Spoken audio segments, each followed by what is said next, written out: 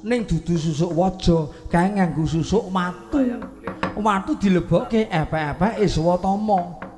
Sing nimbun sapa? Ayo Mbah Durna, penyakite kok aneh temen. Rening kono nakal diimbangi nganggo nakal. Mbah Durna wis mbantu Swatama nganggo watu. Saiki aku tak dadi dukune Kakang Gatotkaca jamak-jamake. Aku tak dadi dukune Kakang Gatut. Terus carane ulungna epek-epekmu mengko tak timbun nganggo waja. Watu kalahe karo waja.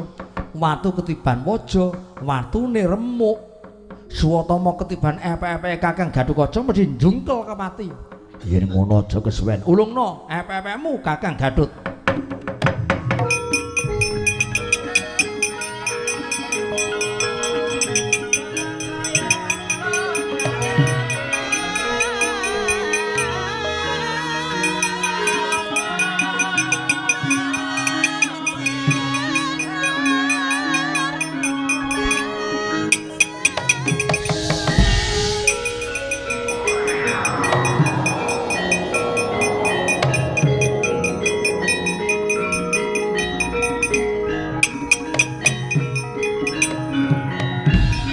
Saiki tak timbun nganggo waja. Goleki Swatama. Keprukke sirahe Swatama nganti kok ora njungkel. Tempuke karo Antasena tak jajale yen ngono.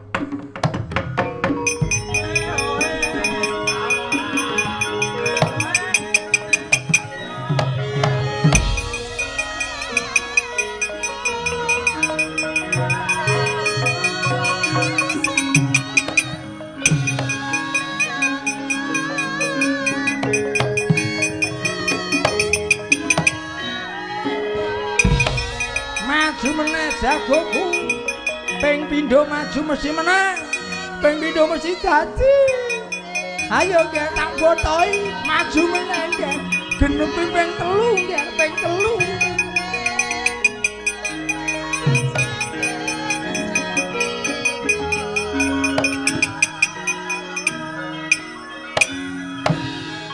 3. Mati bisa urip. Dewa isih welas karo Gatotkaca. Ngalno dadamu. Tamakno jebol dadamu pecat nyawamu mesti jebol lho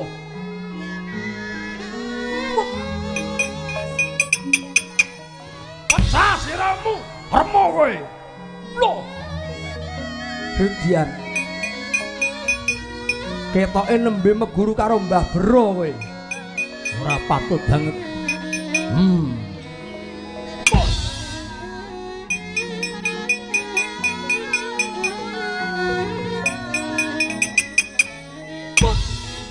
Hedian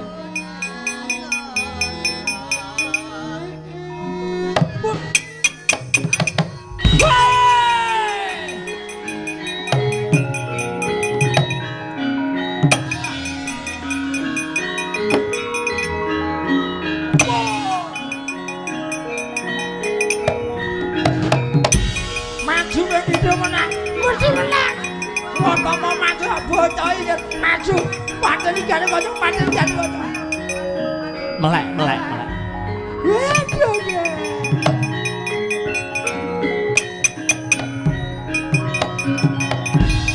ojo ya ngger Swatama kowe kena ngopo ngger kowe tak timbun nganggo watu lah kok kowe isih kalah karo Gatotkaca kowe ambruk kaya kapur ora bisa geglawan. Ngger Swatama tangi ya ngger tangi. Pun Kakang Durna minggir mawon ora usah ditangisi wong Sena mangke mati saurip melih. Sama namun ngeyem-ngeyem iki lho Di. Mundur mriki. Aduh mati aku. Aduh Rama penemban ketiwasan.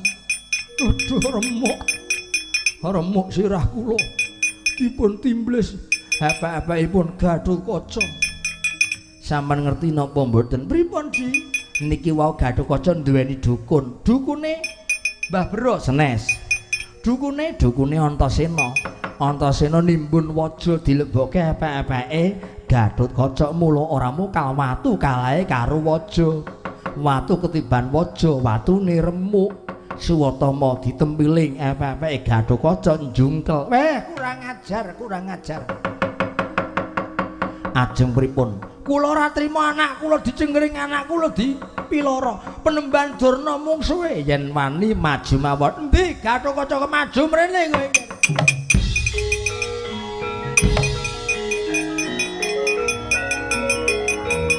Nemoni lakon apa sampeyan?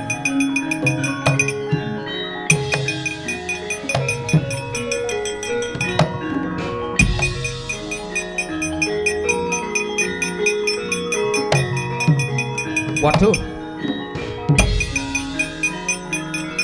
Ditunggale.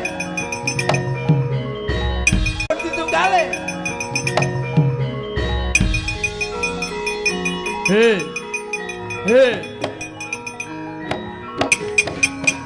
Halo, mundur, Kakang Dono mundur.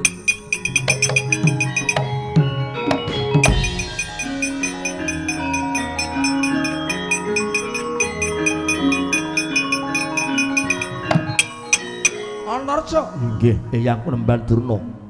Nyuwun pangapunten, wonten dawuh menapa dapurmu? Suwatama kalah mungsuh karo Gatotkaca, aku ora trima. Sing ora gelem mitu, ora gelem manut karo Poneyang mungsuhe Penemban Durna. Nyuwun pangapunten, negari Ngamarta ora rasah Kakang Perjaka. Mundur. Mboten ora gelem mundur jamu kowe. Modar kowe.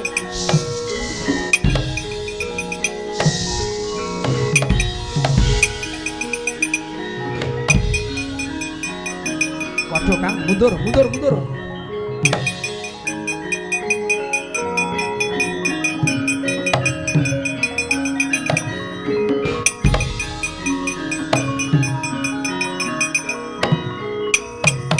Ora pangling kowe Sencaki, mungsuh lawas kowe. Perkara mbiyen aku kalah, ning sapa ngerti saiki kowe iso menang mungsuh karo aku. Kuwalik, ora apa-apa, tak jaran. Mundur. Kowe ora gelem mundur? Padha karo kowe soroh nyawa. Mungsuh karo Penemban Durna bengi iki ora kelakon menang. Kowe ora kakon. Nyo mak cilik Sencaki dirahapi modar.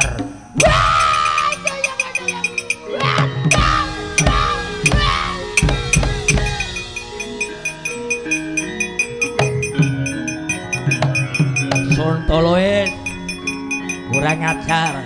Antasena pentung bonggo tanpring.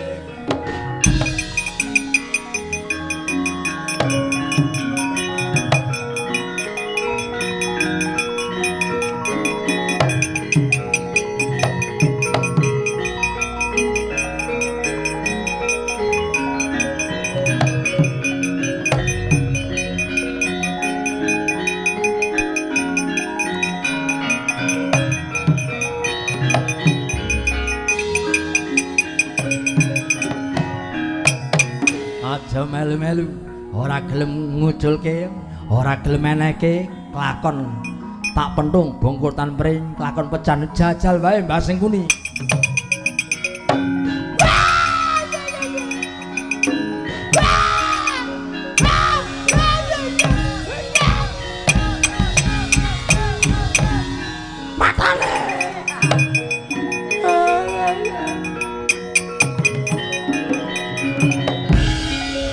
Wong siji kok iso gawe sayah wong pirang-pirang kene ora Mbah Durna ora klak. Kurang ngajar. Kono kene padha wae. Ora negara ora desa ana menungsa sing watake kaya Mbah Durna gawe geger. Mbah Durna rada mundur, aja takon dosa. Ndi tunggale?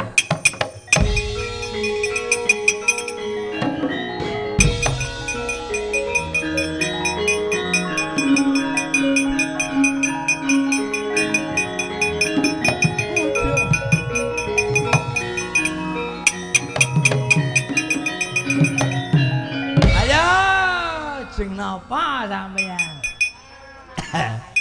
Ora usah cengar-cengir kaya wong gemblung. Pangapunten, kiloran jarak. Pun ora usah cengar-cengir, wektune pun mepet dicuni. Kula mundur. Jaman dibongkok gendera digulung. Pandhawa najan Pandhawa kari anggar Puntadewa, lihat jeng mamrih patine golek reka daya, golek cara liya dicuni.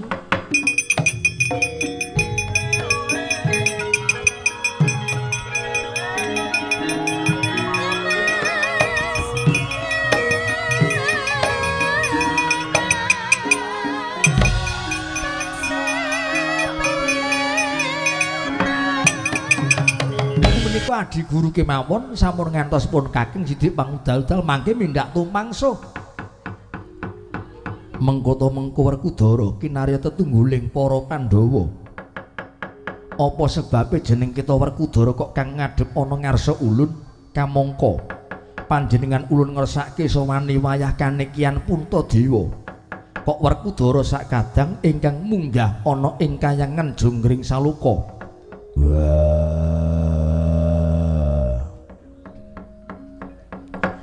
Bathara Guru Dewaku, mulane aku munggah ana kayangan kanthi karo adi-adiku jalaran. Sing nimbali barep aji kakangku yaiku Kaki Bathara Guru. Mung trima makilke Brada Dewaku. Mula sing tekono papan kene ya mung trima wakile wae. Ning yen upama sing mbutuhke Bathara Guru Dewaku mudhun ana ing Merjupada mesti Puntadewa sing bakal ngadhep munggah ana kayangan.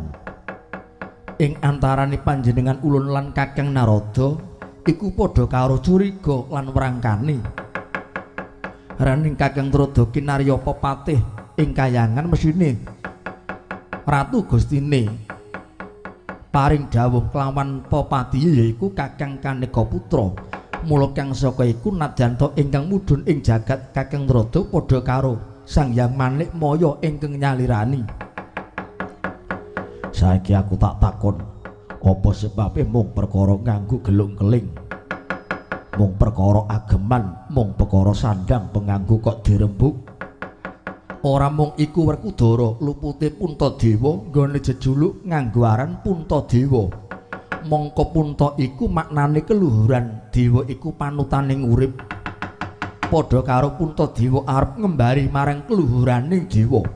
Puntadewa arep mapaki malah kepara ngungkuli marang kawibawaning para Jawata. Rong perkara iku minangka dadi sumbering luput Puntadewa nggone ngrasuk nganggo gelung keling lan jejuluk Puntadewa.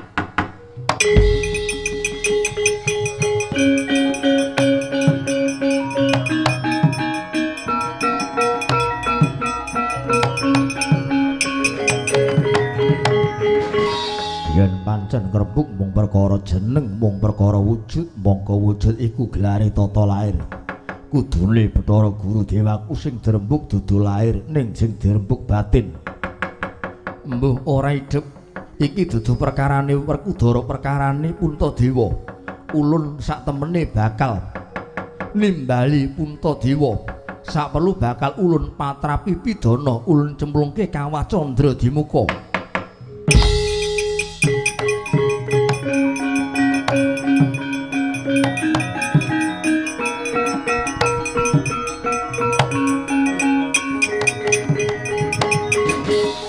Arep mamrih patine Puntadewa kakangku ora perlu. Merga isih duweni kewajiban ngayomi kabeh kawula dasih. Ora sanggepok koncane Puntadewa arep mamrih patine Werkudara Janaka kembar saguh dadi banjele Puntadewa kakangku.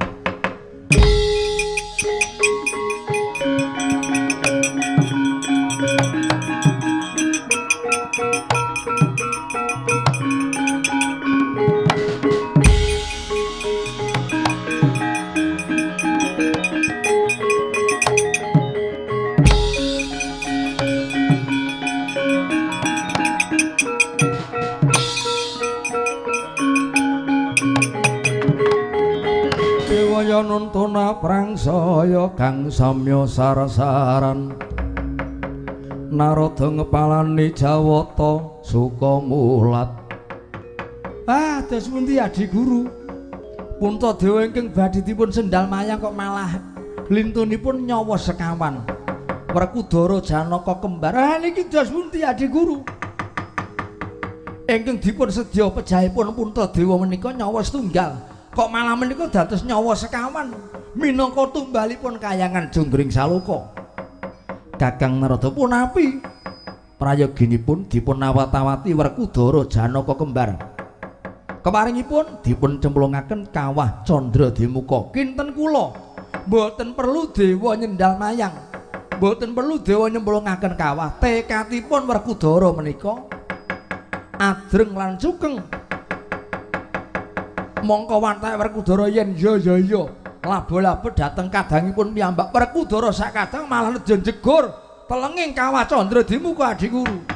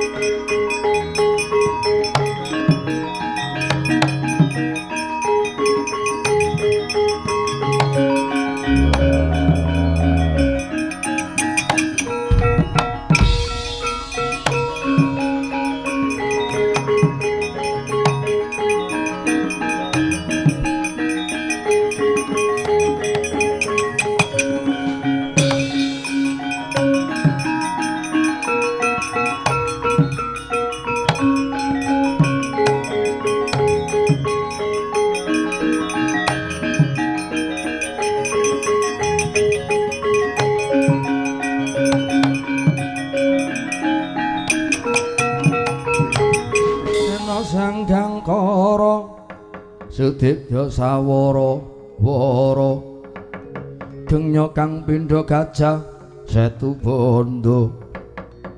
Duh Kakang Mas nyuwun pangapunten menawi paduka badhe belok pati mbelani Kaka Prabu Puntadewa kula nderek. Duh Kang Mas kula nderek.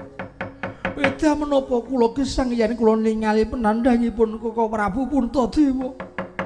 Pramila kula sagah kinarya bebantenipun Kaka Prabu. Kang Mas kula nderek panjenengan sinaosa jegur wonten telenging kawah kula nderek.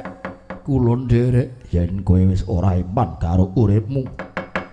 Ora iman karo uripmu, kowe bakal tak kanthi manjing ana kampuhku supaya ora ngribeti nggonku arep nyemplung kawah manjing kampuhku kene.